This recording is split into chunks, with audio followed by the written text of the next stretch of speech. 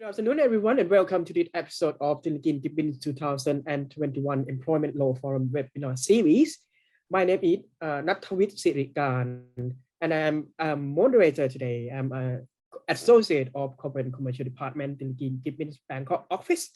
The seminar today is on the topic of update on work permit and visa in Thailand.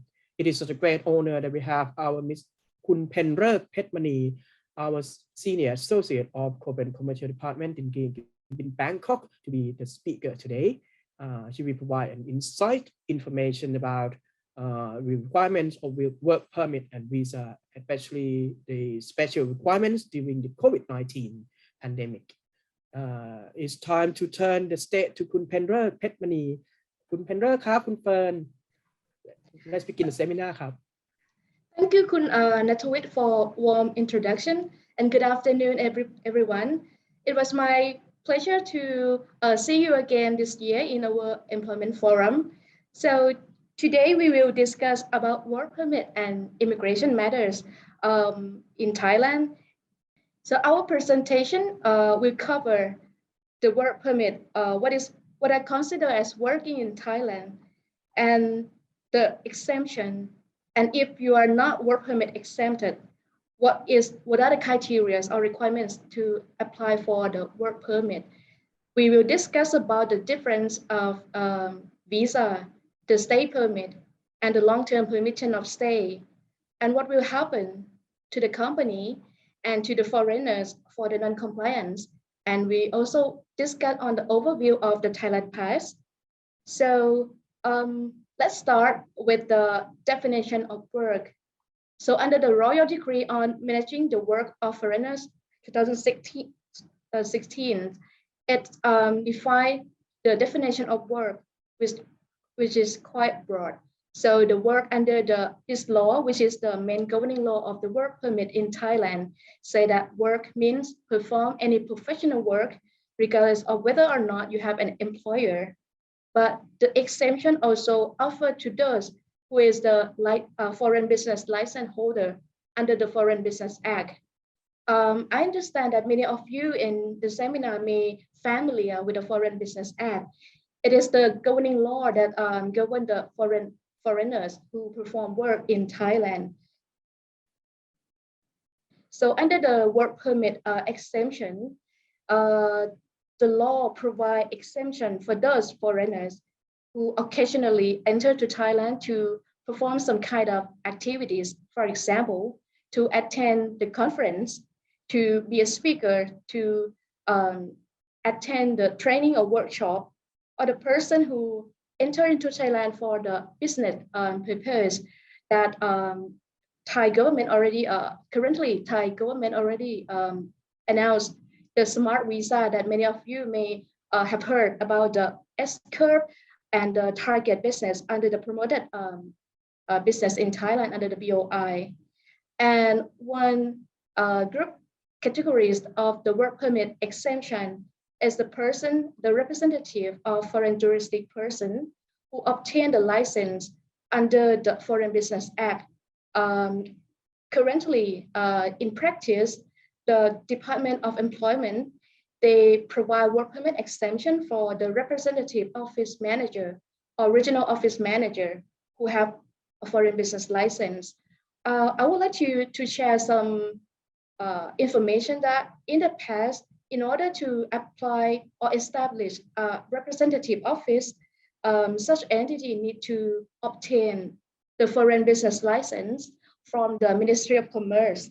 But recently, I mean, a few years ago, the representative office is no longer required the foreign business license. It means that there could be separate, I mean, two groups of the representative office. The one is the representative office with the FBL, and the second one is the representative office without FBL. But for the second group, you are still required to get the juristic person number from the Ministry of Commerce, but this is not considered as a foreign business license. It means that if you are the representative office manager under new scheme, you're still subject to the work permit requirements. But if you set up a representative office for maybe a long time ago, and your entity got a foreign business license, it means that if you are the manager, you are exempted from the work permit, but you still need to comply with the immigration requirements. It means that although you do not have a work permit, but every year you still need to extend your visa, and you need to comply with the immigration requirements, which is you need the business status during the time that you perform work in Thailand.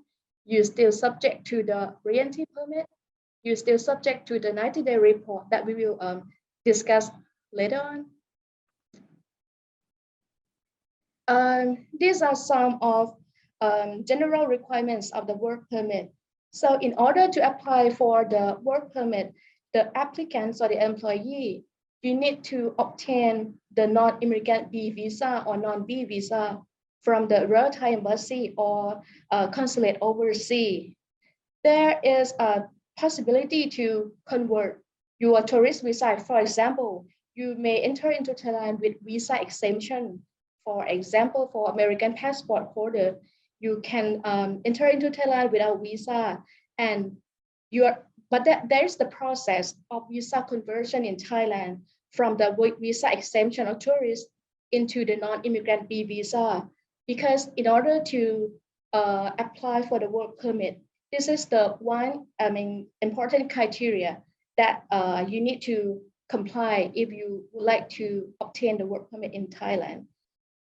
And obtaining only business visa does not allow you to legally work here, because you still need to get a work permit. And the work permit, you may be familiar with the Blue Book. And for those who work under the BOI promoted company, currently it is a digital work permit that you can log into the application in your mobile phone, and you can print it out. But in any case, the work permit is still required before you start working in Thailand.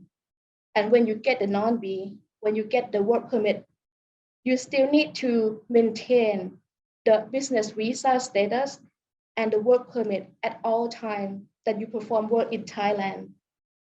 And what is the work that you cannot do? Not every work that you can perform. So the Department of Employment, they still list the prohibited works that foreigners cannot do, that we will discuss later. What are those work that you need to be aware of? And for the employee themselves, you need to take care of your work permit and the visa validity as well, because if it's invalid, for example, if you got the long-term visa, because these days most work permit, the DOE, the Employment Department of Employment, they will grant 2 years work permit, while the 1 year permission of stay is still only grant you for only 1 year. So it means that the work permit period is longer than your stay. So you need to take care that both documents must be valid all the time that you stay in Thailand. Because if your visa or if your permission of stay under working purpose expire, it would impact the validity of your work permit as well. And if you are the company, the HR, what you need to consider is that you cannot accept foreigners to work with you without a work permit. You cannot allow them to do the prohibited works. And if the employment ends for whatever reason, for example, the contract ends or termination or resign, a company has the duty to notify the labor office within 15 days after such employment ends. So we will see about the list of work that foreigners cannot do. In April last year, the Ministry of Labor, they announced the notification stating the list of work that the foreigners cannot do. So this list, they categorized into 2 groups for the occupations that prescribe the list of work that the foreigners cannot do. So we will see the first one, which is the list is strictly prohibited. You can see, I mean, most of the list, I believe that in your business industry or your industry, you may not allow this kind of person to work, like for example, hair cutting or hair beauty. We can see in many areas that there are foreigners like Korea that they do this kind of activities, but this is not, sorry, but this is not allowed under Thai law. You can see the list is about 27 lists of list one that does not allow foreigners to do.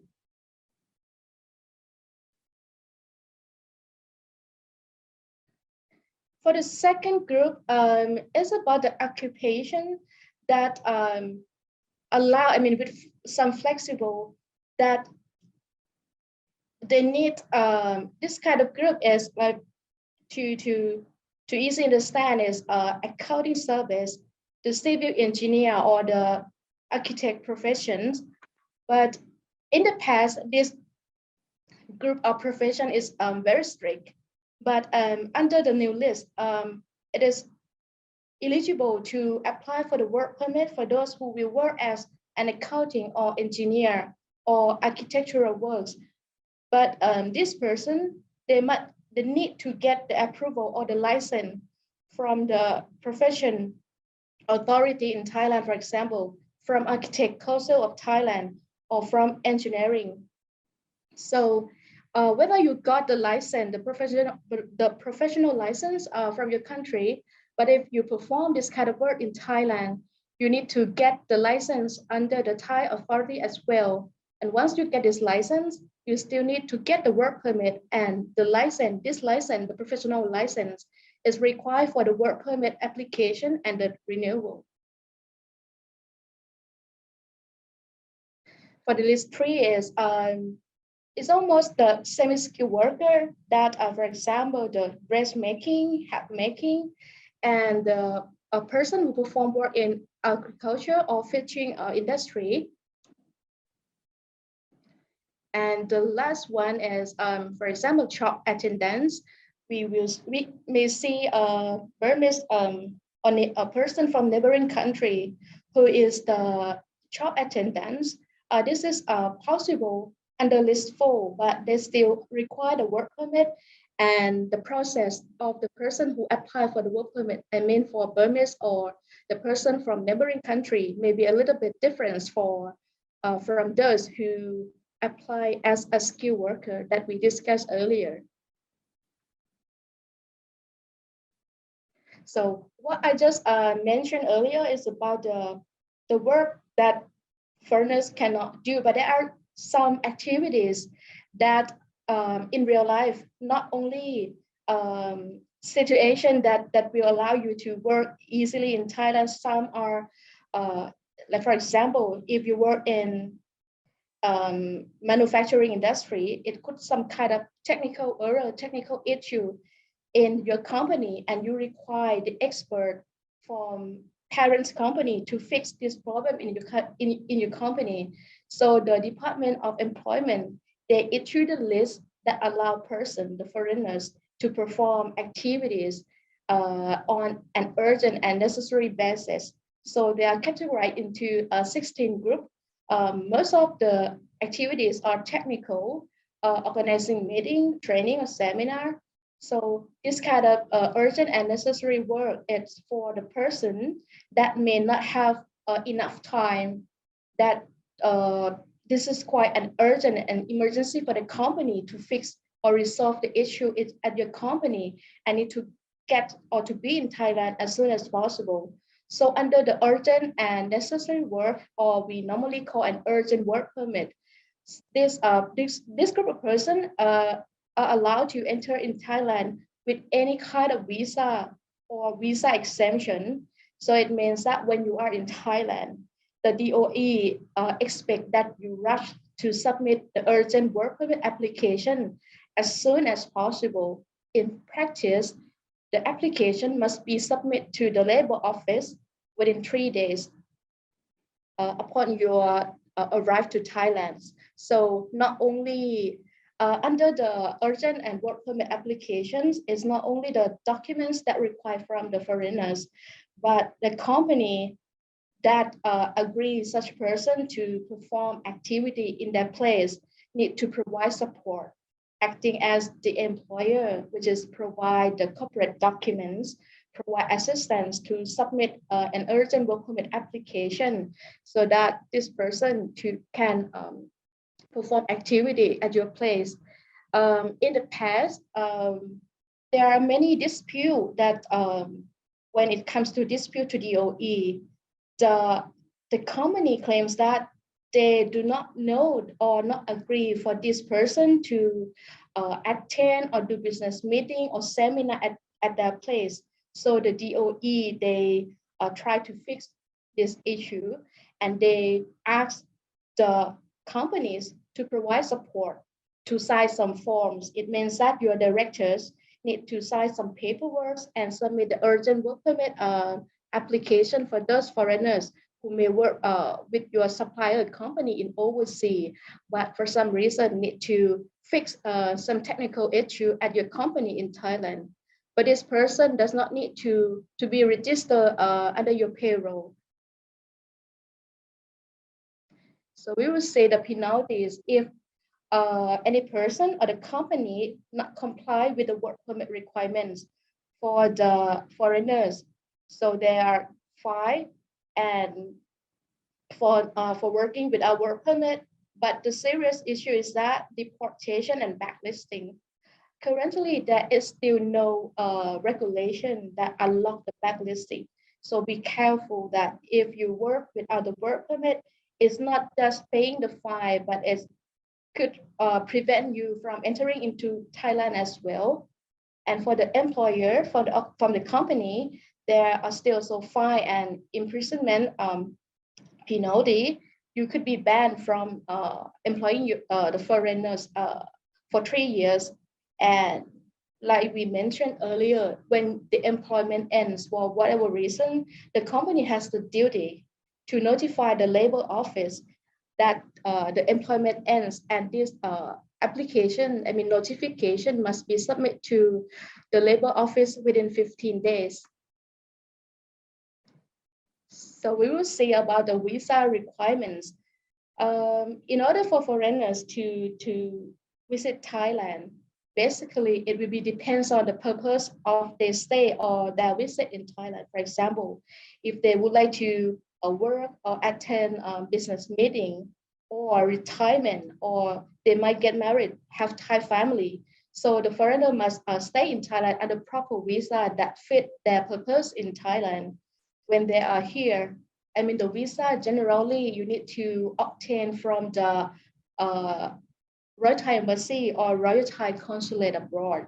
But when you are in Thailand, for example, under the non-immigrant visa, you are allowed to stay here for 90 days at immigration checkpoint that you're going to be stamped in a passport. And as long as you stay in Thailand, you must maintain a valid visa at all times. You must be careful that you renew the visa before the expiry date. And if, normally for the long-term passport, the long-term visa holder, if you stay in Thailand for 90 consecutive days, you have the duty to report, to notify your current address to the immigration office or the 90-day report.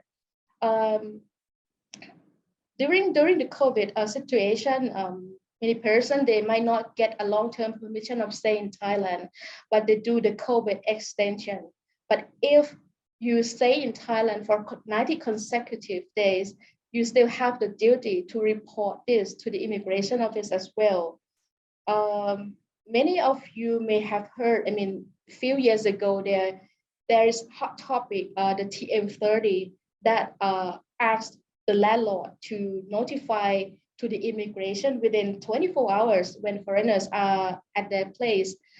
Although it is not a duty of foreigners, but as the notification of address by landlord could impact the process of your visa renewal.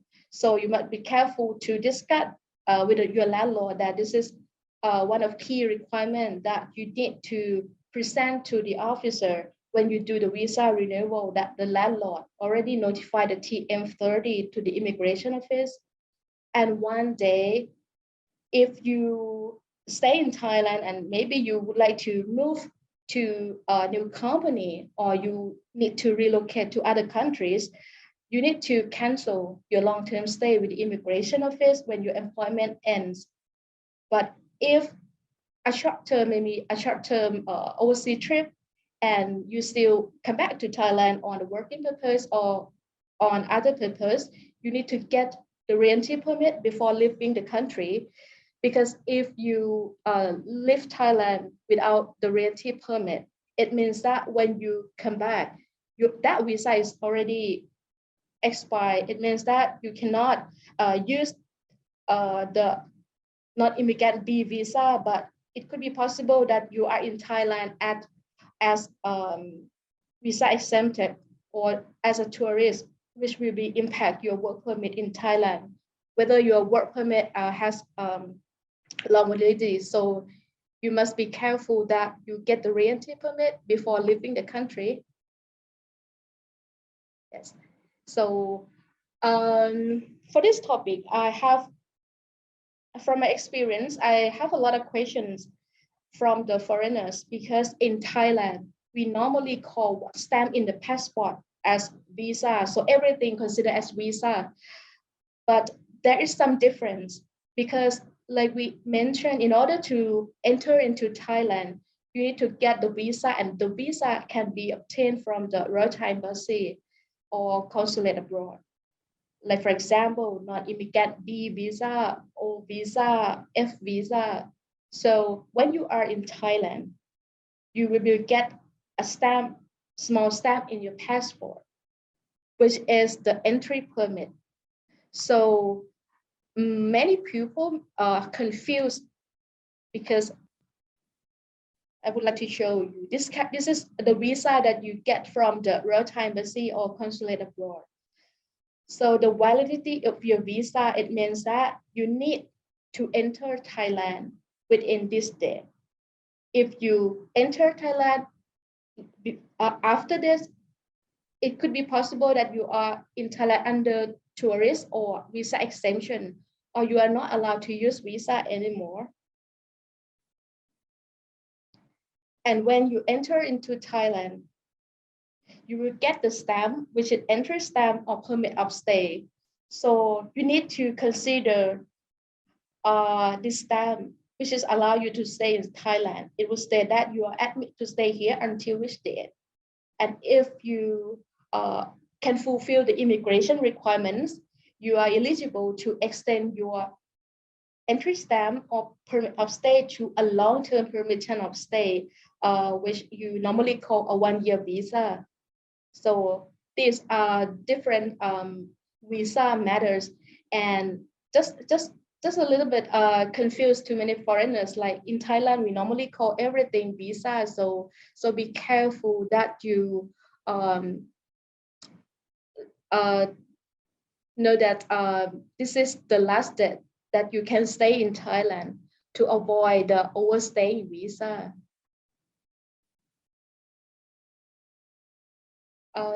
For the penalties on immigration matters, for the foreigners who stay in Thailand for 90 consecutive days that we earlier mentioned, if you did not comply with this requirement, so it will be a fine penalty.